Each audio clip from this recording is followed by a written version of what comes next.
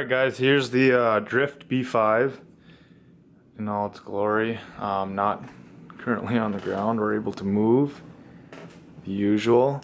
But in this video I'm going to be showing you guys how to install an inline hydro handbrake into your B5 Audi, whether you're drifting or you just want it for launches or whatever. I'm going to teach you how to install the hydro. I'm not going to teach you how to mount it and all that because it'll be different however you want it. Obviously I don't have an interior, so I just put two L brackets and cut them and mounted mine up here because I'm going to be drifting. It clears my wheel and everything so I can get a nice pull, reach my left hand over and still get it into all the gears and whatnot. Excuse me. So I'm going to teach you how to run all the lines and what you have to do basically to get this functioning in your B5. So yeah, first off, just get the hydro, obviously, mount it however you want it, and now I'm going to teach you the rest. This might not go super smooth because I'm doing it all for the first time as well, but I've come up with a plan in my head that I think is going to work, and I want to teach people how to do it because I want to see more B5s drifting. The more B5s we can get drifting, the more parts they're going to make. And yeah, we can have a bigger community of drift B5s. There's a few people doing it, but there's not that many. It's not that hard to convert this car to rear wheel drive, so it'd be awesome to see more people get out and do it. But yeah, without further ado, let's get on to the video. Okay, I'm going to try to do my best to do this video in steps to make this as simple as possible. But not all of these jobs are a step-by-step process, so it won't be very easy to do that. I'm starting out with an inline Willwood master cylinder. Any inline cylinder is pretty much the same thing. I just went with Willwood because I didn't want to cheap out on it. But basically it's got a 7/16 20 inlet and a 3/8 24 outlet, which is pretty much, I think, pretty universal sizes. If you're doing stuff like I do, where you're getting all your crap mostly from the hardware store or like AutoZone, you're gonna have to modify a fitting or two, but it's not very hard, so don't let that scare you or anything. So I think the first step I would do would, don't mind how nasty this is, I need to vacuum all this. I just pull all the interior out and it's disgusting. But first thing you're gonna do is pull out your old handbrake, because you're gonna use these two slots, which are for the cables for your old handbrake, to run your new brake lines. So start with that, pull that out, and yeah, that'll be step one.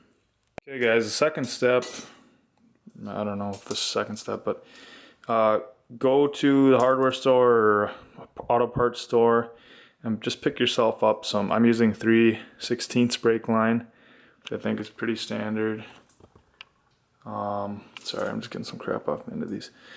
But yeah, I picked up 3 of the 50, I think these are 51 inches, and I think this will be plenty to just do an inline system. Not redoing, I'm using all factory brake lines pretty much. This is just to run up to the hydro, so I probably went overkill by getting this much, but okay, yeah, get some of this stuff, and that's what we'll be using. Okay, step number 3, once you've got that pulled out, I just started to use a flashlight. I just started one of the lines down through the old handbrake. Now you can really see how nasty this is. I just started one of the lines down. And when you're running new lines, it's best to just throw some electrical tape or whatever kind of tape you got over the ends, just so you're not picking up dirt everywhere you scrape these things. Just put some tape over it just to be safe.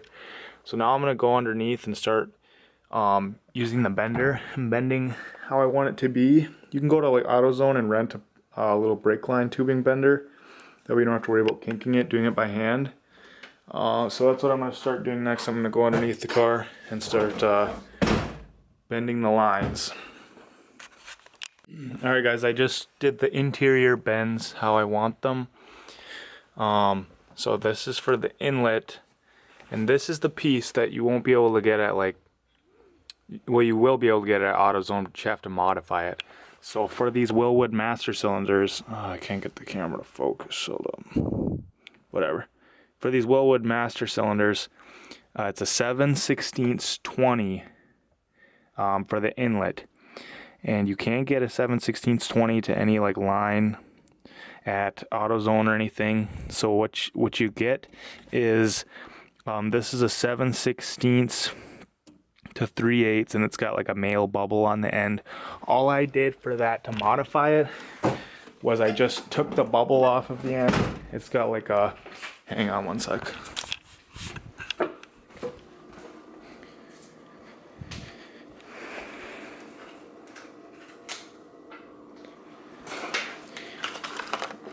Here's the part number for that piece that you have to modify for your inlet. So basically it comes, this isn't the piece, but it comes with a bubble flare on this end, and you just grind it down a little bit with like a Dremel or something, and then you just drill through it to fit line. You just take a 3/16 drill bit, if that's the size line you're using, and just drill a hole through it, and then you have your inlet.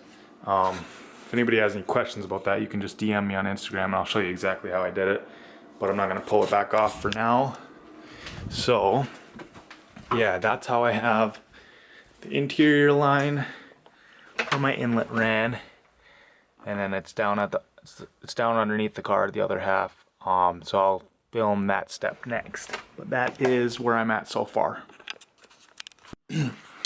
Alright guys, I got the output line attached and in and bent, at least the interior part.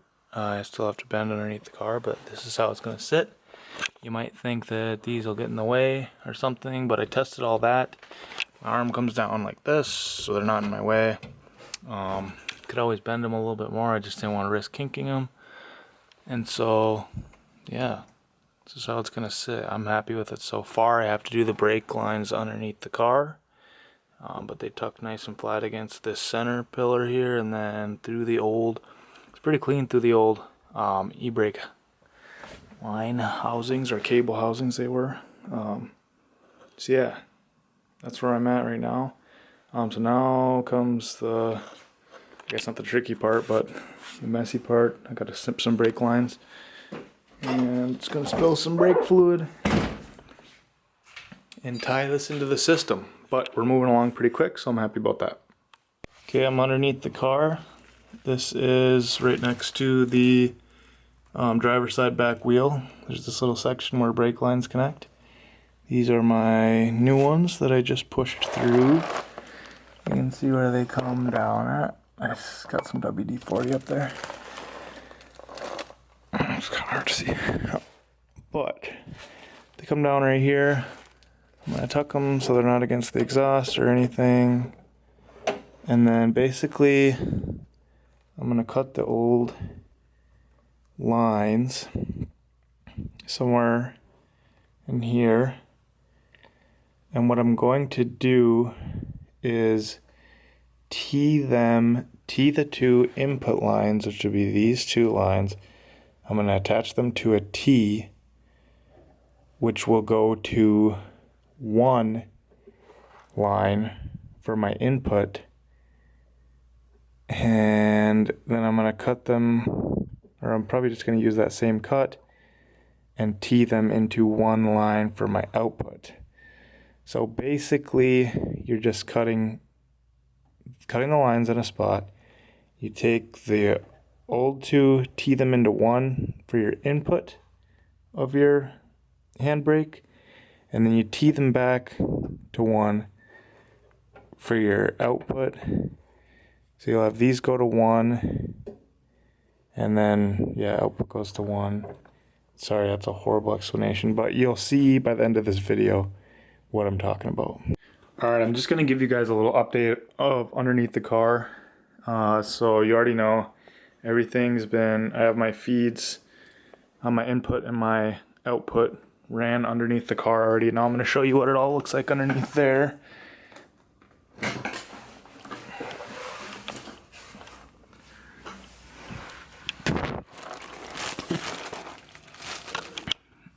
Okay. So just for reference, I am right in front of the driver's side rear wheel. And here you have brake lines to the rear. These are your factory lines. You'll have two, one for the right, one for the left. So all I did was you go to your local hardware store, you get a little tube cutter. I mean, you could just undo them too, but I thought it'd be easier to just cut them. You see how rusty those are? So I just cut them. Go to your local AutoZone and get a flare tool. And then you just attach the flare tool, flare your new brake lines. And then here you can see that I have teed them into one. You buy a little T piece here from AutoZone as well. And then I just teed it into one. And that one now is my output on my, so yeah, I just teed it to one spot on my my output. So my output now goes to, it's tied into the rear brakes now basically. So I just have one thing left to do, which is I used the factory line right here. Sorry, it's hard to focus the camera when I'm this close to the car. I use the factory line here, and I just cut that as well.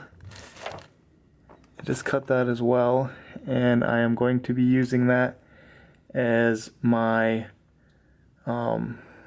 input. So this is my input. Sorry, I'm trying my best. This is my input up from the e-brake, and it's tying into the factory lines. I'm just reusing that. And then I just teed it into one for my output, basically. I'll put a diagram of what I'm doing here, but I'm just showing you how I did it on the car. Okay guys, here is the final layout of the brake lines. Let's do my best, take the best video I can here. So, these are your two factory rear brake lines. I cut them, one there, flared the fittings again, just added these two fittings on. I tee it into one. This goes to the output on my hydro handbrake. Here is the input to my hydro handbrake. I used the factory line. I just cut it and added a little union tee, which all this you can get at AutoZone. And that is to the input of my hydro handbrake. So everything is officially set up now. You don't have to do any of this, but I deleted my ABS same time. Excuse me. I have a Willwood proportioning valve that replaced my ABS. So, no longer have the ABS unit, but I did just use all the factory lines for this as well. Just did the same thing. I cut the lines and flared them again. And that is how I set up my hydro handbrake. So this now is completely tied in with the rest of my brakes. I just need to add brake fluid. This will gain its pressure, and we can do some skids. Okay guys, I'm going to end the video here for the how-to, but I'm going to go over in depth for anyone who's doing this, like exactly how I did stuff. So if you're really into it and you're actually going to do this, you're not just watching it for entertainment, I'm going to show you a little bit more in depth and all the parts that I got. So here is the flaring kit that I used from AutoZone. Basically, you stick a piece of line in here, whichever size it is, and then this hooks onto here. You twist it down and it flares the end. Super easy to use. And then I'm going to show you guys the little... Okay, so here is everything you're going to need for this project. This is everything I used. This is how it's done. You don't need anything else. You can add more or even probably do less, get away with less of this. But so this is a flaring kit that I got from AutoZone. You just rent it for 30 bucks. They give you your money back when you bring it back. Super easy to use. Just put the line through, twist this down, it flares it. And for cutting the line, I went to the hardware store. This was like 10 bucks. If I can get it to focus. This is just a little tube cutter. You just twist it down on it and spin it, and it cuts the brake line. And then I used, most of it I bent by hand, but I did use this. This is also from AutoZone to bend your pipes. It helps a little bit. You put the line in here, twist it around, give you a nice bend. And then here are the fittings I used. This is what I used on my hydro. These are just extra fittings that I got. And then I used a Union T. And then somewhere around here, yep, here it is. And then I just used one Union, whatever, yeah. So, that is how I did it. Here's the hydro setup. And then I can also make a video if anyone's interested on how I deleted the ABS with this Willwood master cylinder or proportioning valve, whatever you want to call it. And yeah, so we can do skids now in the B5.